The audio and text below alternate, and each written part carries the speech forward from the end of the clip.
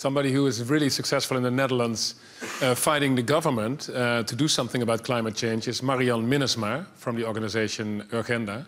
And she knows your work very well. We talked to her about you. Let's have a look. Ik ben het denk ik voor een overgrote deel met haar eens.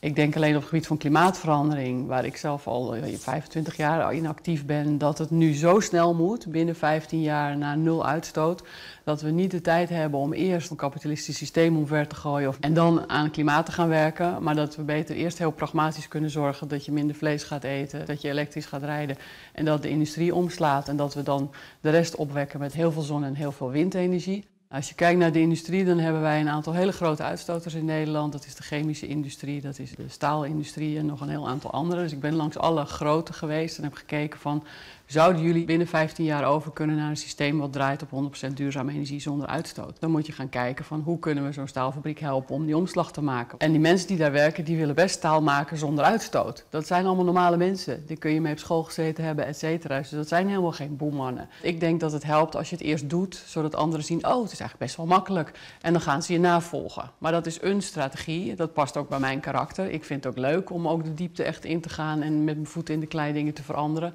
Als een ondernemer. Maar sommige mensen zijn heel goed in het vertellen van het verhaal en de wereld overreizen en allemaal mensen wakker schudden.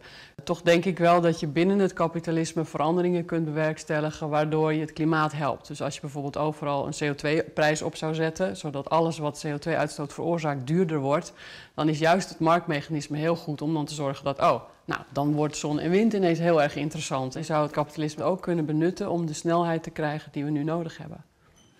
Do you agree? Well, I mean, I absolutely do believe there is a role for markets and a role for the state. But the idea that just having a carbon tax or the right technology, is going to do this for us, then why haven't we done it yet? Right? Why is the rate of change so slow, right? And so the reason I focus on the clash between our economic system and the things we need to do in the face of climate change is not because I'm trying to make this harder. How do you make it happen fast if you don't want to work with companies like she's talking to Tata Steel, the CEO of Hoogovens here, the company you. I mean, my question, if she were here, was, well, if it's so easy, why haven't you done it already, right?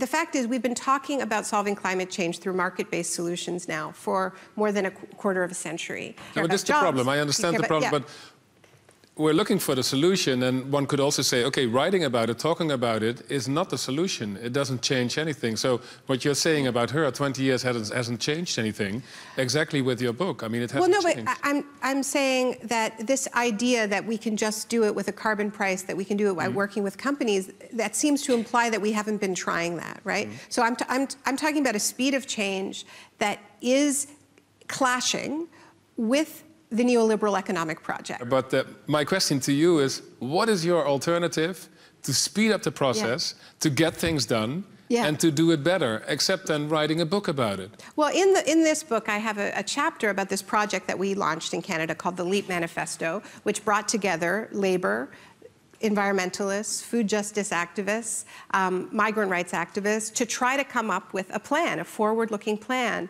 for how we think our economy should work, to try to find common ground. Because what I believe passionately is that this problem that we're talking about is too big to be left to environmentalists. And that's not a slight against environmentalists. We're talking about remaking our economy. So this is a job for everybody. It is true that just writing about it isn't going to do it. I've never believed that, to be honest. I've never believed that just writing books changed the world. But you're looking for a broader movement that can make or have an impact.